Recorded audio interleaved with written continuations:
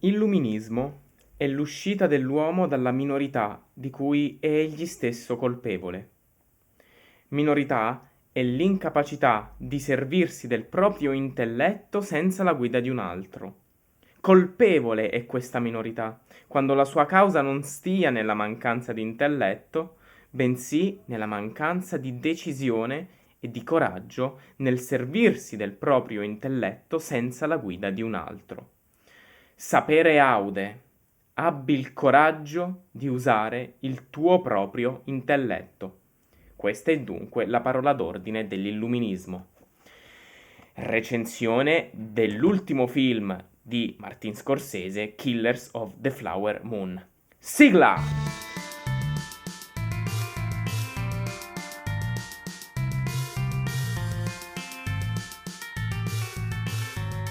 Vi starete chiedendo che cosa cavolo c'entri Kant, l'illuminismo con Killers of the Flower Moon? Bene, ascoltate tutta la recensione per capire il mio punto di vista e ovviamente voi di dirmi la vostra sia sul film che su quanto sto esponendo.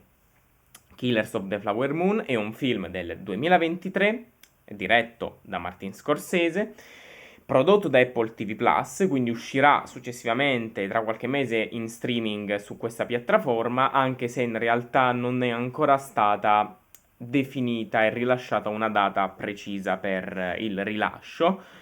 È stato presentato in anteprima al Festival del Cinema di Cannes del 2023 ed è uscito nelle sale italiane il 19 ottobre, nelle sale statunitensi e del resto del globo terrestre il 20 ottobre. La sceneggiatura è scritta dallo stesso Scorsese assieme a Eric Roth, ovvero il premio Oscar alla sceneggiatura per Forrest Gump. È tratto il film da un romanzo, da un saggio storico, quindi tratto da una storia vera, scritto da David Grenn e che in italiano è tradotto con Gli assassini della Terra Rossa. Il cast è un cast incredibile perché vede DiCaprio interpretando il ruolo di Ernest Burkhart, Robert De Niro nel ruolo dello zio di questo Ernest, ovvero William Hale, Lily Gladstone che interpreta Molly.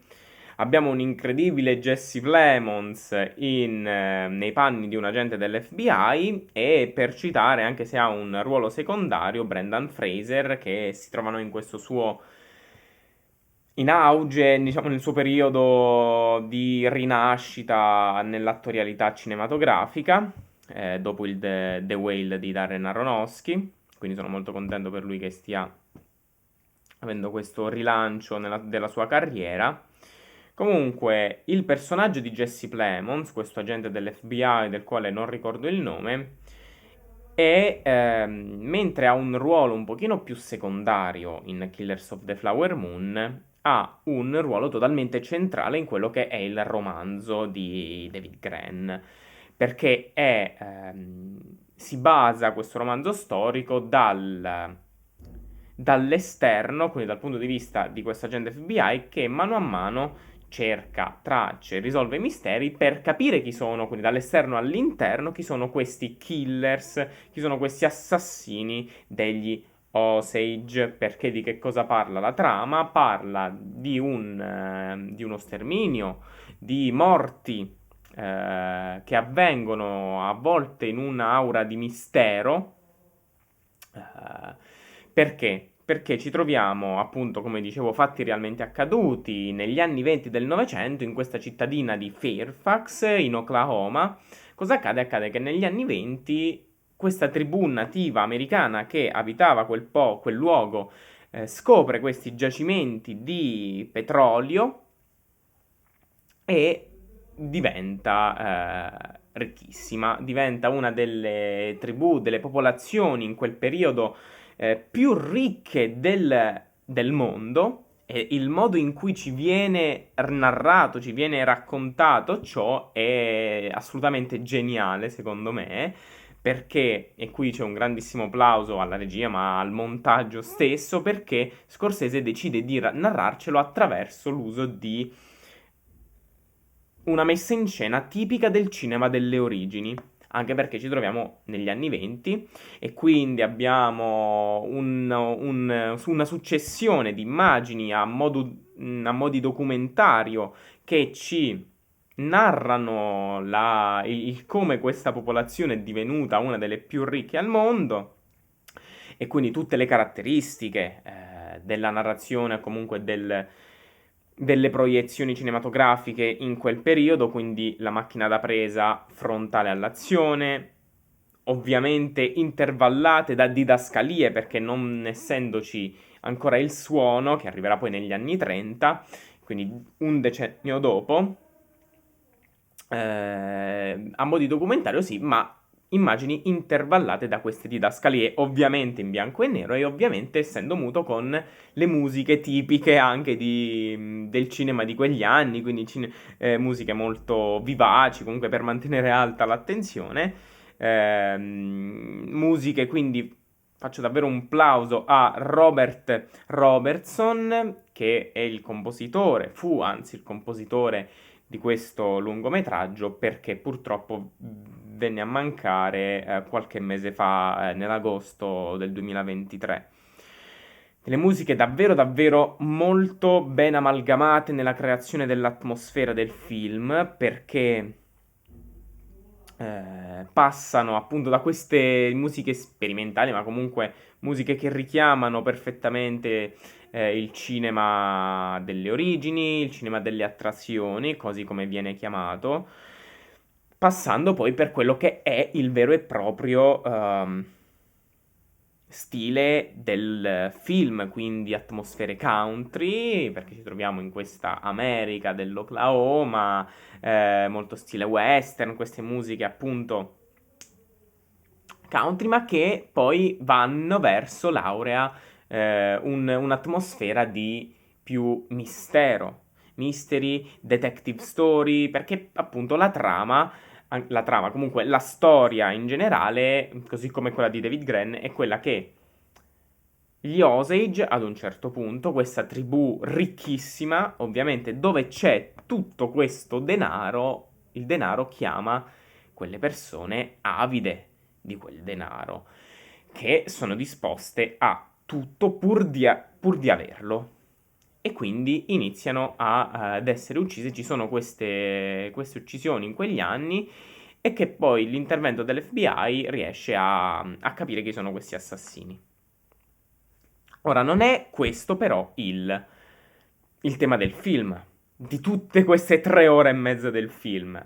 Perché ci viene sì presentato questo incipit, ma la situazione delle morti, che comunque continua per tutte le 3 ore e mezza, ma capiamo chi sono questi assassini già dopo dopo la prima oretta, dopo anzi i primi 40 minuti. Quindi subito le carte vengono scoperte per quanto riguarda la trama mystery, detective story, e che può essere visto anche come un lato negativo, perché poteva essere vista come l'unica cosa interessante, l'unico fatto su cui poteva effettivamente giocare il film, ma che e quindi una volta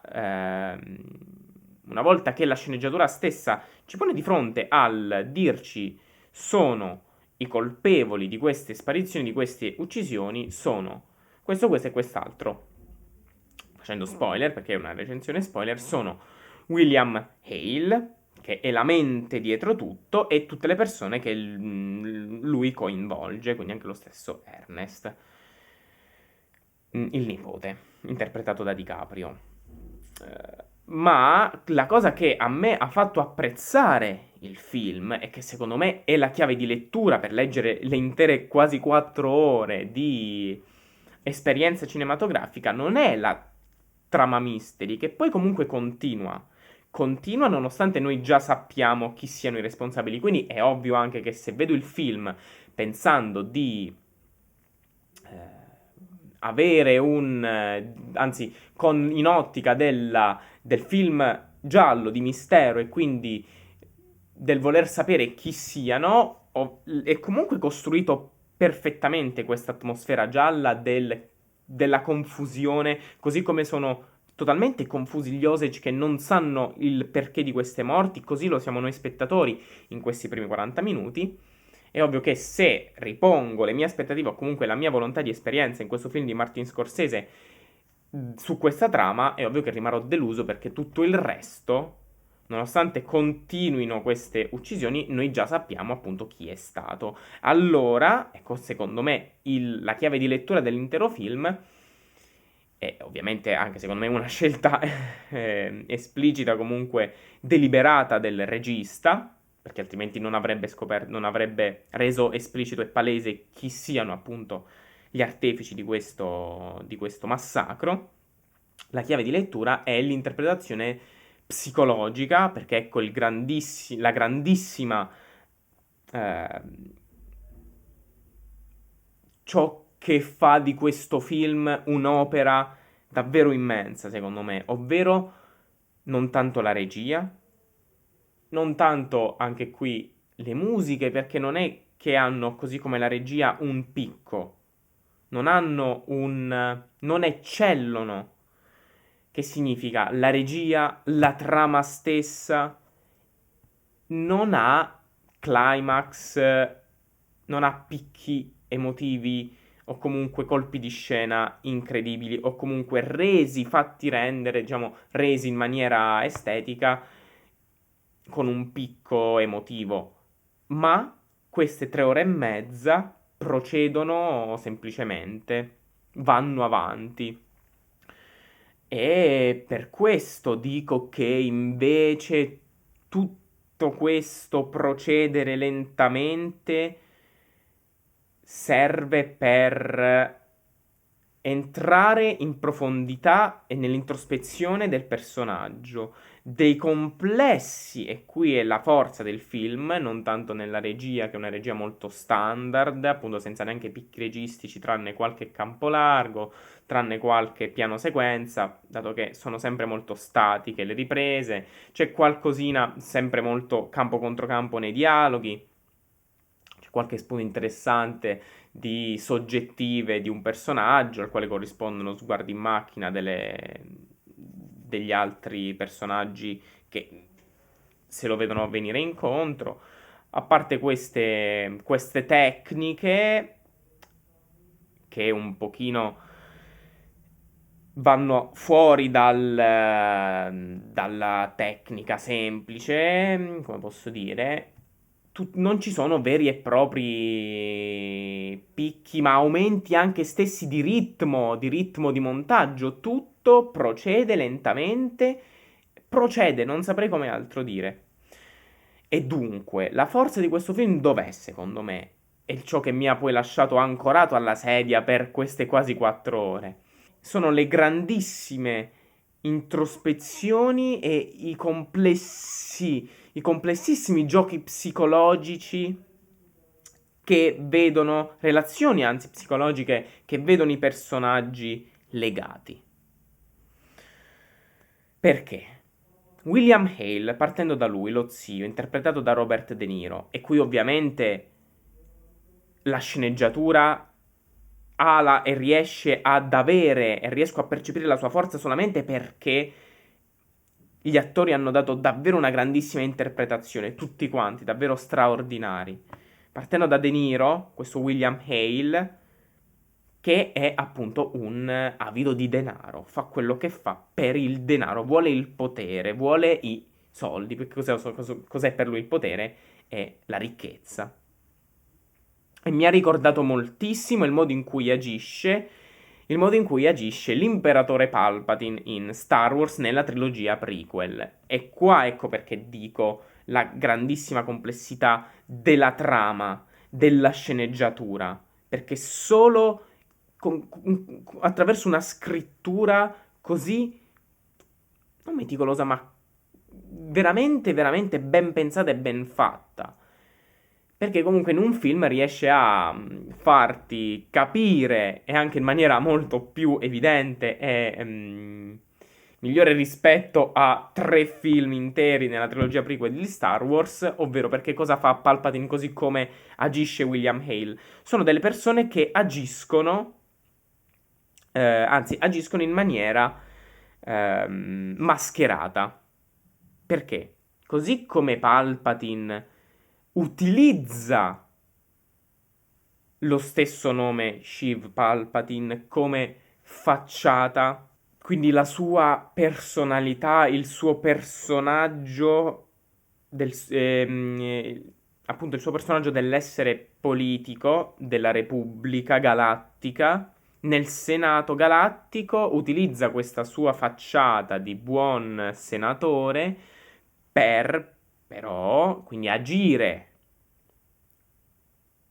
atti, azioni che passano, appaiono.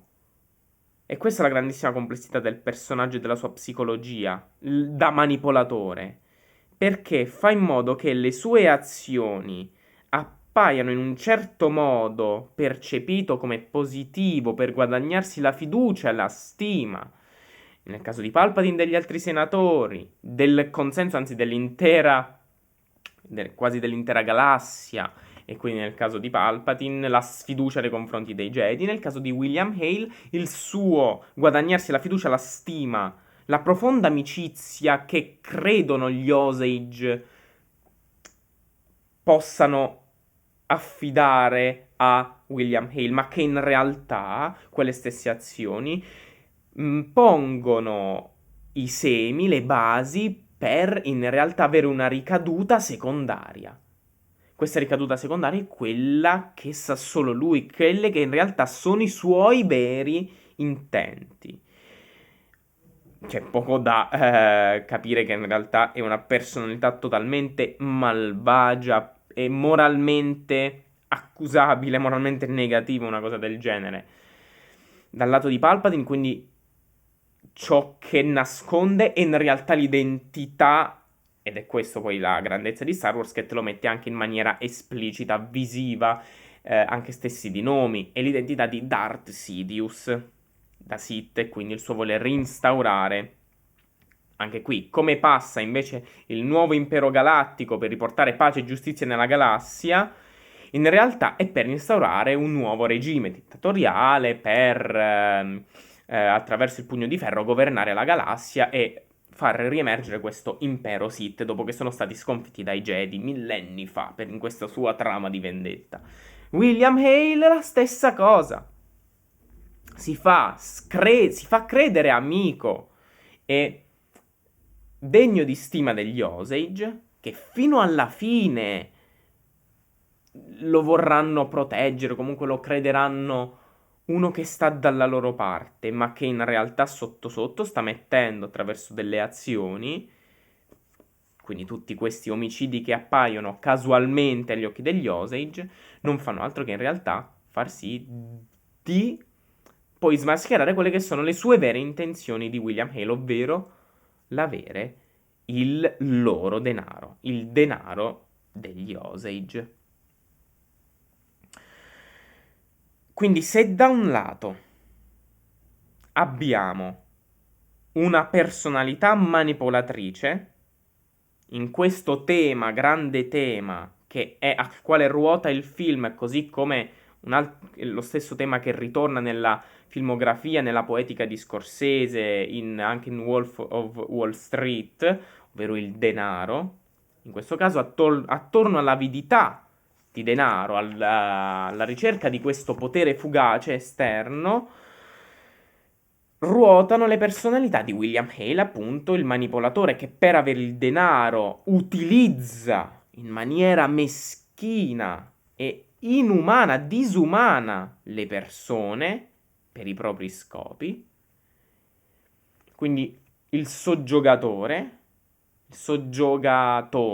e dall'altro la personalità di Ernest Burkhardt, il soggiogato. Ecco perché, contrariamente al saggio di David Grann, il film di Scorsese è più, come da lui stesso definito in un'intervista, non è dall'esterno all'interno, come lo è il saggio, perché appunto vede anche lo stesso protagonista, l'agente FBI. Qui l'agente FBI, interpretato da Plemons, ha un ruolo secondario, mentre hanno un ruolo primario lo stesso Ernest, la moglie, lo zio, perché, come dice Scorsese, è una sceneggiatura che va in questo caso nella storia dall'interno all'esterno. L'interno, appunto, è lo stesso intento degli stessi protagonisti. Ecco perché se uno si aspetta e vede il film come un film di mistero, si inevitabilmente rimarrà scoraggiato essendo una trama dall'interno, quindi dobbiamo sapere già le basi di quello che sta accadendo dall'interno per poi andarsi e vedere le conseguenze dall'interno all'esterno, appunto, che questo loro agire ha, appunto, una delle conseguenze tragiche che sono lo sterminio di questa popolazione. Sofferenze, la ricerca appunto di questo denaro che non porta altro che sofferenza.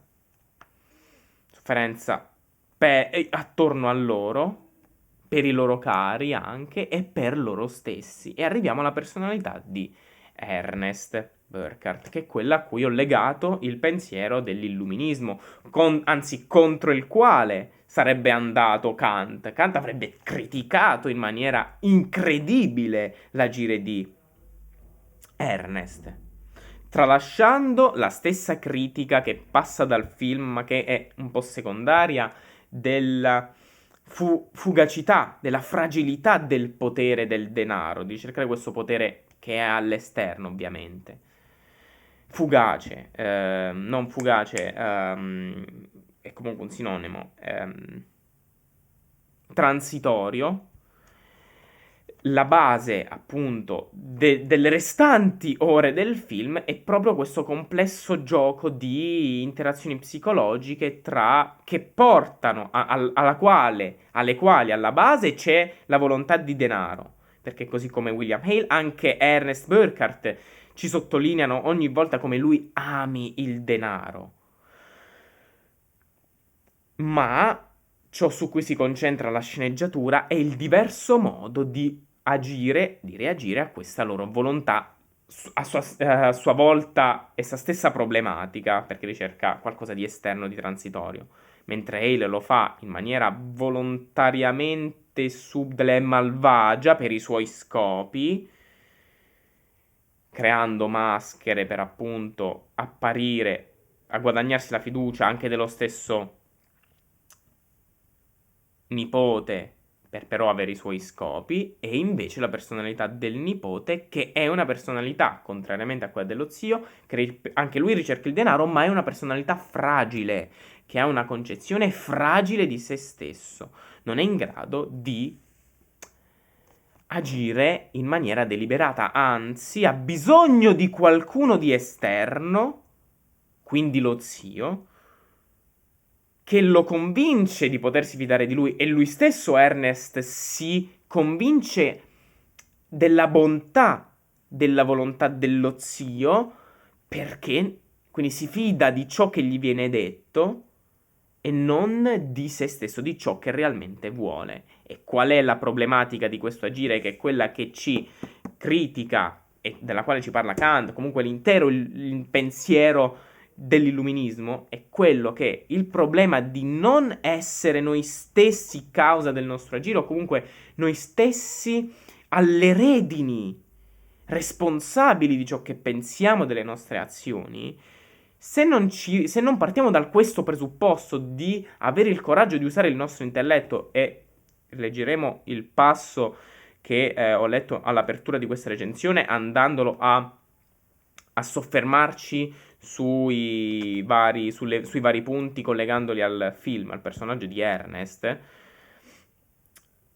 Qual è la grande conseguenza, ciò a cui si può arrivare? Se una personalità fragile come quella di Ernest non è in grado di fidarsi di se stesso, fidandosi di qualcun altro, c'è la possibilità che si finisca, appunto, come accade, nelle volontà malvagie di qualcun altro. E quindi la disfatta che è anche quella di Ernest stesso. Come dicevo, il tema è quello del denaro, dal quale si dipanano queste due personalità differenti, come ci viene anche sottolineato da uno stesso dialogo tra Molly, quella che sarà la moglie di Ernest Burkhardt, interpretata da Lily Gladstone, che lo definisce un coyote. Un coyote che è l'animale che nella tradizione Osage rappresenta una persona che vuole solo il denaro. Più esplicito di così cosa può esserci? Interessante anche come in The Wolf of Wall Street qui il lupo, il wolf, è invece un coyote. E da uno stesso dialogo, tra l'altro, sempre con Molly, Molly chiede ad Ernest: hai paura di tuo zio? E mi sembra lui non risponda, comunque risponda di no, ma in realtà è proprio questo. Lui ha paura dello zio, ha paura di se stesso, ha paura anzi di seguire ciò che realmente vuole perché ha paura delle conseguenze che potrebbe avere le sue azioni, nonostante soffra in una maniera indicibile quando le azioni che lui stesso ha fatto, ma che vediamo e che lui stesso sa aver fatto non in coscienza, ma per essersi fidato delle agire di qualcun altro, per essersi fidato di ciò che lo zio gli aveva detto fosse meglio per lui. Nonostante Ernest sappia cosa è meglio per lui, in realtà, preferisce il relegare questa responsabilità all'esterno. E quindi si lascia abbindolare dallo zio. E quindi è questa la tragicità del personaggio di Ernest. Perché anche quando lo stesso zio gli dice sposa Molly per il denaro, è come se Ernest avesse l'approvazione per sposare Molly, dato che la ama veramente. Ma, e questa è una mia supposizione, se lo zio gli avesse detto no, sposa un'altra ragazza, un'altra persona, nonostante lui amasse alla follia Molly, non l'avrebbe sposata. E infatti la cosa che più l'apoteosi comunque di questa debolezza, di questa fragilità del personaggio avviene nella scena che è una delle mie scene, anzi la mia scena preferita del film, ovvero quella della sua confessione, della sua testimonianza in tribunale. Anzi, la scena che precede la testimonianza in tribunale. Perché ad un certo punto viene convinto da Brendan Fraser, che è l'avvocato dello zio, viene convinto, nonostante gli agenti FBI, non solo Plemons, ma comunque tutti gli altri che stanno seguendo l'indagine, abbiano in realtà trattato bene, civilmente Ernest e lo vogliano aiutare, partendo però dal presupposto che lui sia una persona capace di agire deliberatamente, matura, responsabile di sé, che poi è questo ciò di cui parla Kant nell'apertura di questo articolo, risposta alla domanda a cos'è illuminismo, quello che vi ho letto all'inizio. Illuminismo è l'uscita dell'uomo dalla minorità, di cui egli stesso è colpevole. Minorità è interpretabile come minore età, quindi dall'immaturità alla maturità. Minorità è l'incapacità di e viene convinto o comunque si lascia convincere da questo avvocato che gli dice, anzi prima gli chiede, ti hanno picchiato quelli dell'FBI? Lui dice no. E invece poi gli viene ridetto, no, ti hanno picchiato. E lui dice, sì, mi hanno picchiato. E quindi si autoconvince che lo hanno picchiato nonostante sappia non sia vero. Essendo stato convinto che è meglio per lui se crede e se dice che è stato picchiato, quindi ovviamente poi tutto ciò porta all'avverarsi delle volontà dello zio stesso, quindi di venire scarcerato, di far ricadere le colpe su di un altro e quindi lui di averla vinta, di avere i soldi che tanto brama. E quindi in questa scena fantastica della sua testimonianza, che poi in realtà, anche se troppo tardi, perché ci andrà di mezzo anche la figlia stessa, o il figlio, mi sembra la figlia più piccola di Ernest, non per lo zio ma perché muore di malattia, è il momento in cui troppo tardi capisce che deve invece credere in se stesso, deve invece prendersi la responsabilità delle sue azioni e quindi di farsi portavoce e agire ciò che crede essere meglio per lui stesso, e quindi si distanzia dallo zio, ma quando ormai è troppo tardi. Perché ha perso la figlia, perderà la stessa Molly. Durante la testimonianza dice sì ogni volta che gli viene detto hai fatto questo, questo e quest'altro perché te l'ha chiesto tuo zio? Sì, sì, sì, sì, sì. Quindi comunque la responsabilità è dello zio, che è la mente dietro tutto. Ma la responsabilità è anche sua, ovviamente, perché le cose le ha fatte nonostante in uno stato di incoscienza. E quindi alla fine gli viene chiesto, l'unica domanda alla quale risponde di no. Hai sposato Molly perché l'ha chiesto tuo zio? E lui dice no, l'ho sposata perché la amavo veramente. Ed è vero da un punto di vista, perché lui la ama veramente, la amava veramente, ma è come se avesse avuto l'approvazione dallo zio stesso quando gli dice sposatela.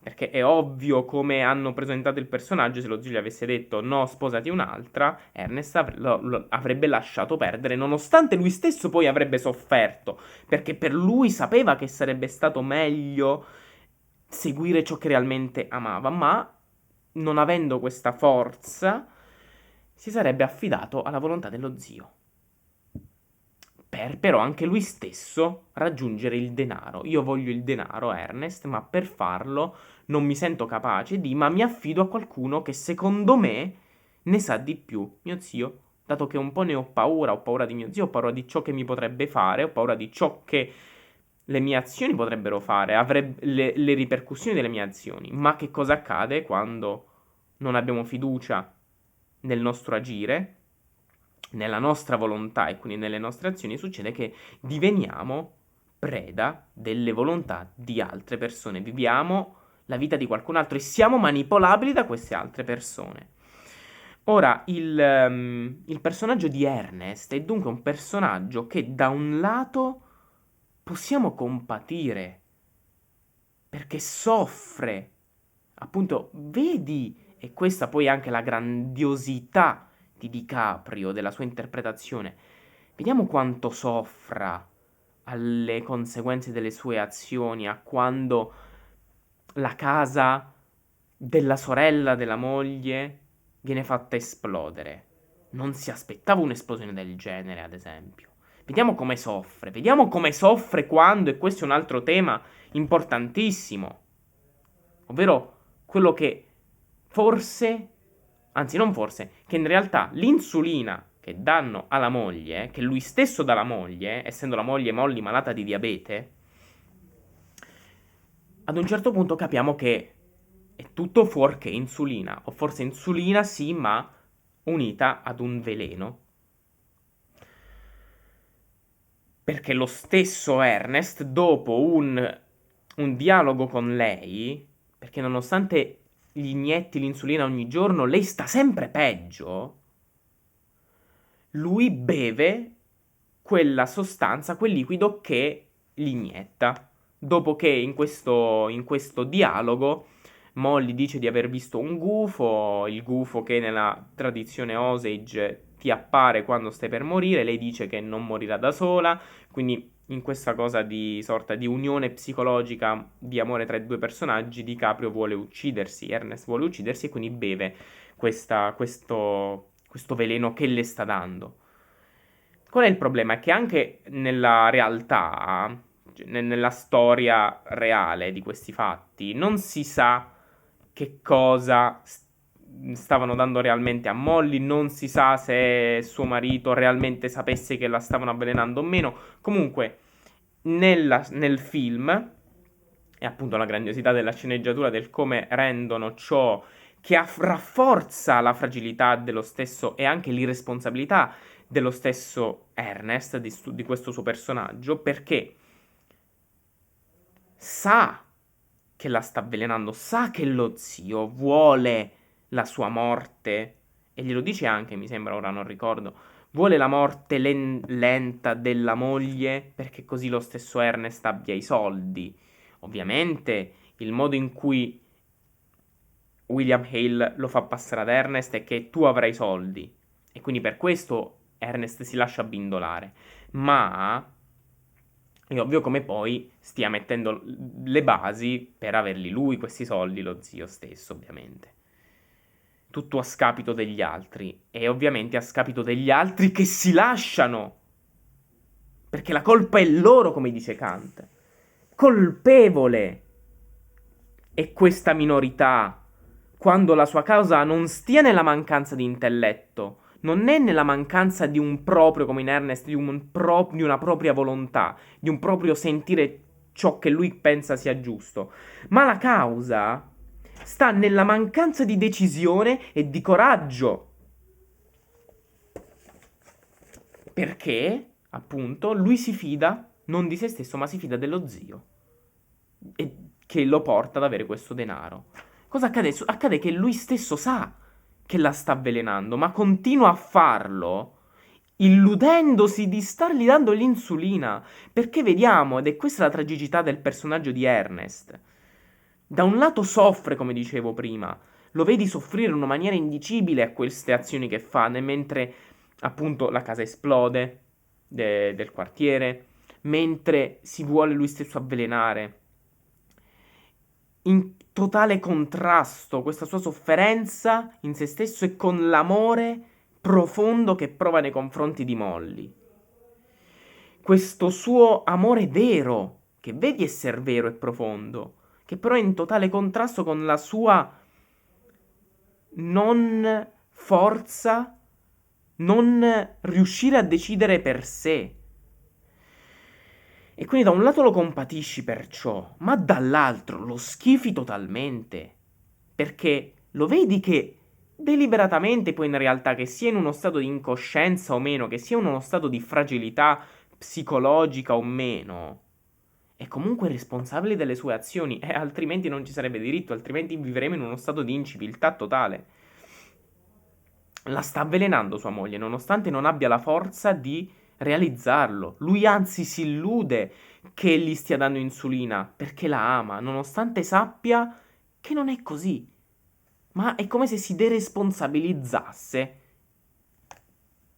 Anzi, ciò che passa è che si deresponsabilizza, perché poi la fragilità dell'individuo va in secondo piano in realtà, perché poi le azioni moralmente negative, sbagliate, le porta avanti. Ed è come in un dialogo che descrive anche qui benissimo il personaggio, perché è troppo buono. Quando viene detto che sei stato vittima, comunque viene reso anche qui attraverso un dialogo esplicito il fatto che stia venendo usato, Ernest Burkhart stia venendo usato da William Hale per il suo buon carattere. E quindi un po' il suo essere troppo buono, che però da un lato è per questo suo buon carattere, questo suo carattere un po' ingenuo, troppo buono nel senso che non si vuole far soffrire, vuole far di tutto per non far soffrire. E qua c'è il paradosso, capite bene, della fragilità psicologica. Non vuole far soffrire gli altri, non vuole far soffrire la moglie, non vuole soffrire lui stesso, ma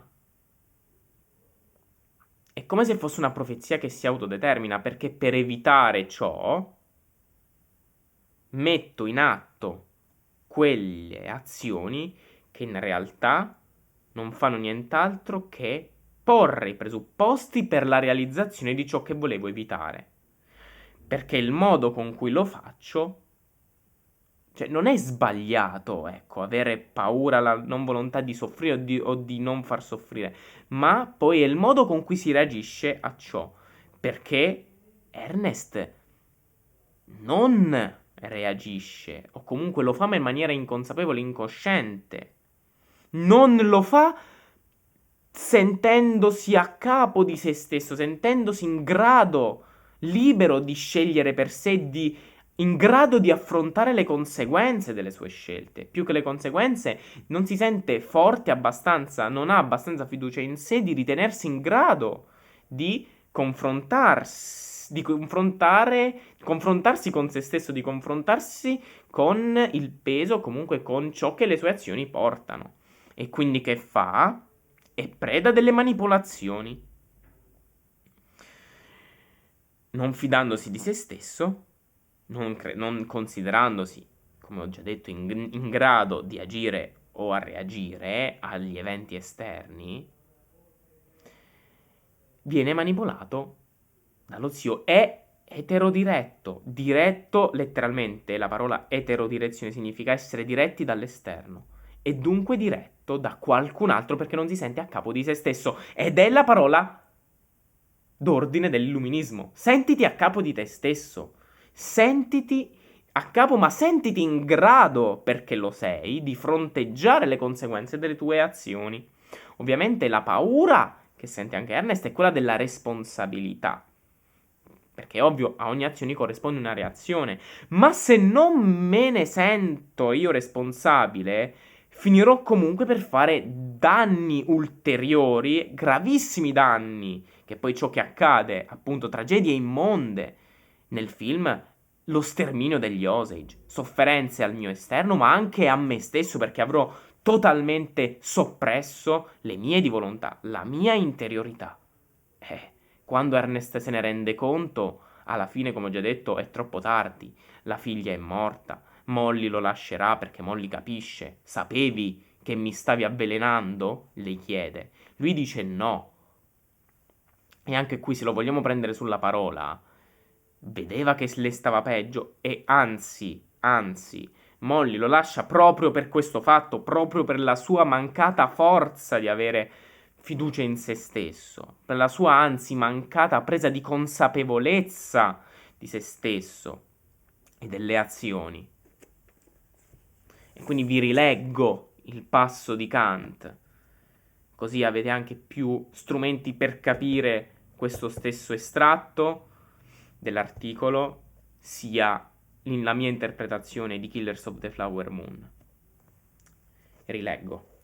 Illuminismo e, se vogliamo, la fiducia in sé è l'uscita dell'uomo dalla minorità, dalla minore età, anche legalmente, no? Noi fino a 18 anni siamo minorenni, siamo considerati minorenni, da 18 anni in poi siamo considerati legalmente maggiorenni, quindi responsabili delle nostre azioni.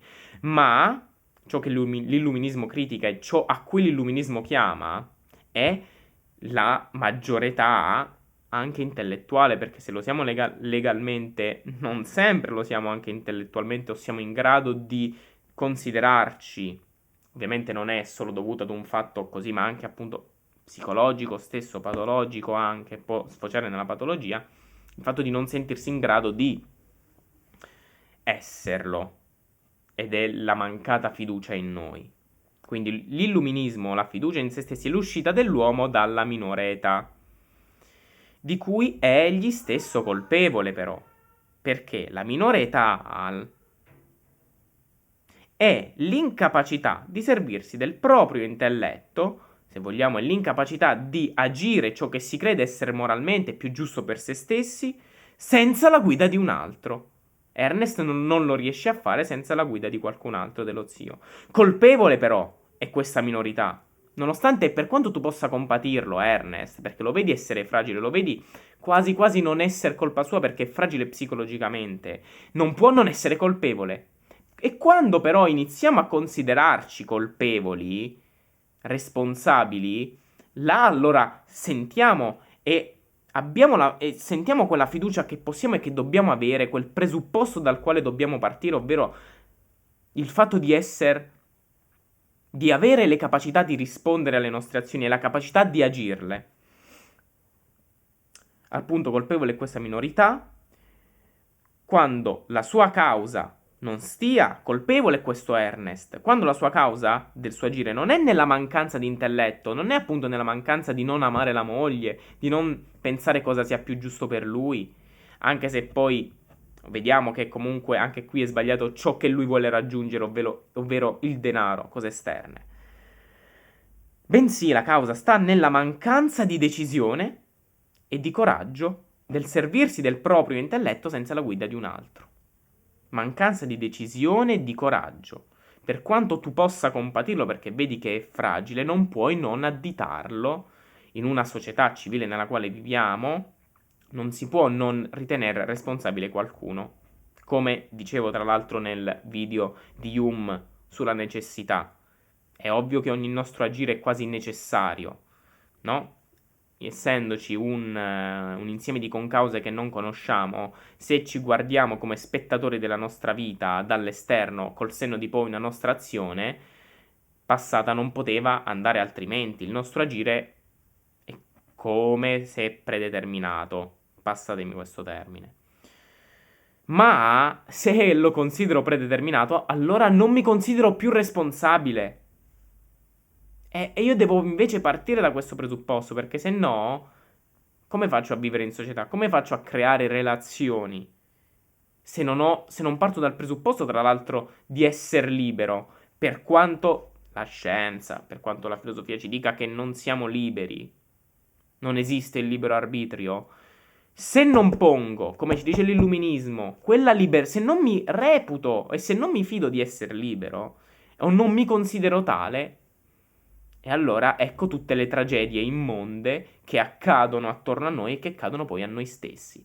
Perché inevitabilmente, inconsciamente, che cosa stiamo facendo? Stiamo sopprimendo quella nostra interiorità che chiede invece di essere ascoltata. E conclude Kant, conclude in questo estratto che vi sto leggendo. Sapere aude. E che significa? Abbi il coraggio di usare il tuo proprio intelletto. Questa è dunque la parola d'ordine dell'illuminismo. Per concludere un po' la recensione di Killers of the Flower Moon, ho qualcos'altro da dire nei riguardi che ho trovato molto interessante per quanto riguarda la fine del film, perché essendo tratto da una storia vera, come se fosse un documentario, come se fosse un biopic, non tutta la storia è, come se fosse un biopic, alla fine, caratteristica di questi film documentari è quando termina la pellicola, passare in rassegna delle didascalie che ci rendono partecipi di come segue, diciamo, della fine che fanno i personaggi successivamente agli eventi mostratici nel film. In questo caso, la genialità di Scorsese sta nell'averlo messo in scena in una maniera inaspettata, in una maniera incredibile, perché lo fa, è come se mettesse queste didascalie, ma invece di farcele leggere, ce le mette non in scena, ma mette in scena come un programma radiofonico o un late show americano che legge queste didascalie, le interpreta come i personaggi avrebbero agito nel passato, con quei suoni di quelle band che suonano in live appunto in quei late show tipici americani, e alla fine lo stesso Scorsese che recita una battuta. In questo breve excursus finale ci viene detto come Molly lasciò, divorziò da Ernest, appunto secondo me e secondo quanto viene fatto passare dal film, ovvero per anche il suo stesso di Molly compatire Ernest, ma non poter far altro che volersene andare da lui per il grado di incoscienza che ha che l'ha portata appunto a soffrire mesi e mesi, a quasi morire di diabete, perché lui la stava avvelenando, suo stesso marito, nonostante la massa e lei vede che lo ama, era incosciente per tutti i motivi che già ho detto. E quindi, secondo me, Molly, il personaggio di Molly, è uno dei personaggi femminili più forti che si va ad inserire in quelle eroine della storia del cinema. Perché è l'unico personaggio del film ad avere, comunque l'unico personaggio in questa triade composta da Molly, Ernest e William Hale, lo zio di Ernest, che è l'unica ad essere fedele a se stessa, è l'unica ad essere fedele ai propri valori, a ciò che sente sono i propri valori, la famiglia, l'amore per il marito, per i figli, per le sorelle. E la forza che ha in sé, nonostante vede le sofferenze che le sono capitate, la forza che sente e che sa, che ha fiducia di avere per superarle. E infatti, dopo che lascia Ernest, si risposa, avrà una sua vita, per poi, ci viene detto nel film, morire di diabete. Ora non so se nella realtà, comunque, nella realtà dei fatti, questo personaggio, questa persona Osage sia morta effettivamente di diabete o se comunque sia stato inventato, non ne ho idea. Se lo sapete, se avete letto il libro Gli assassini della Terra Rossa, fatemelo sapere. E quindi niente, ho detto veramente tutto quello che volevo dire. Comunque ciò su cui mi volevo concentrare principalmente era questo parallelismo che si poteva fare tra l'illuminismo, anzi tra ciò che l'illuminismo chiama e ciò che Killers of the Flower Moon critica, ovvero abbi il coraggio di usare il tuo proprio intelletto, sapere aude.